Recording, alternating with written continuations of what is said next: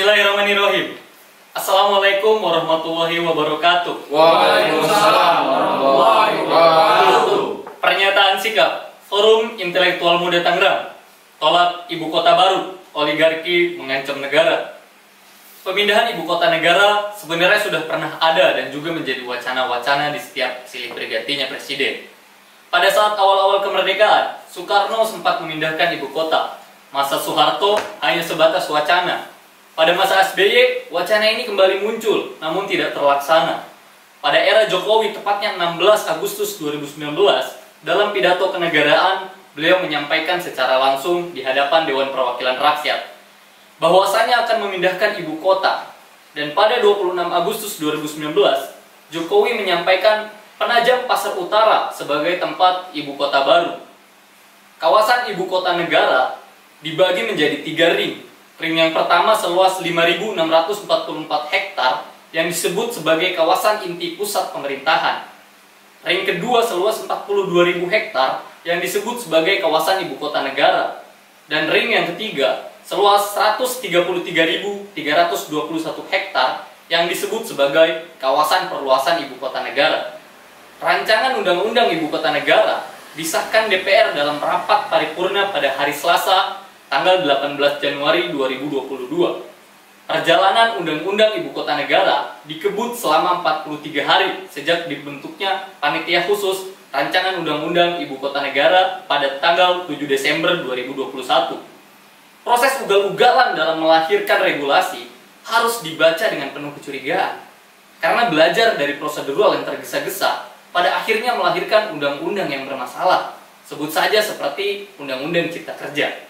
Oleh karena itu, Forum Intelektual Muda Tangerang menyatakan bahwa 1. Pemindahan ibu kota yang baru semakin memperburuk keuangan negara karena membebani APBN sekitar 466 triliun. Dari perakiraan ini, masih ada potensi pembengkakan. Alokasi APBN mencapai 53,3%, sisanya 46,7% berasal dari kerjasama pemerintah dan badan usaha yang didanai oleh swasta.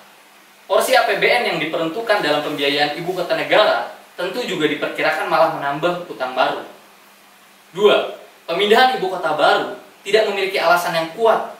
Rezim beranggapan bahwa Jakarta mengalami masalah yang sudah sulit diatasi, seperti banjir, kemacetan, polusi udara, serta turunnya permukaan tanah. Padahal, wilayah ibu kota baru pun tidak terlepas dari banyaknya masalah. Data Greenpeace menunjukkan bahwa lokasi ibu kota baru mengalami kebakaran hutan dan kabut asap. Yang terakhir saja, di tahun 2019, sudah ada 105 titik api. 3. Pemindahan ibu kota negara baru akan menimbulkan ancaman dari sektor pertahanan. Di antaranya, 1. Berdekatan perbatasan darat ke Malaysia sejauh 2062 km. 2. Perbatasan maritim dengan Malaysia. 3. Diapit alur laut Kepulauan Indonesia. 4. Dekat dengan Flight Information Region milik Singapura, Kinabalu Malaysia, dan Manila Filipina. 5. Kalimantan saat ini merupakan lokasi dan jalur transnation crime, penyelundupan orang, narkoba, dan lain-lain. 6. Akan terdampak jalur obor BRI Cina. Agenda obor Cina ini akan semakin mulus dengan pindahnya ibu kota negara baru di Kalimantan. Maka, Forum Intelektual Muda Tangerang memberikan jalan keluar untuk menghentikan mega proyek ibu kota negara baru ini. Yang pertama, menyeru kepada penguasa agar membatalkan pemindahan ibu kota negara baru yang secara jelas dan terang membuka jalan bagi investor menguasai negara ini.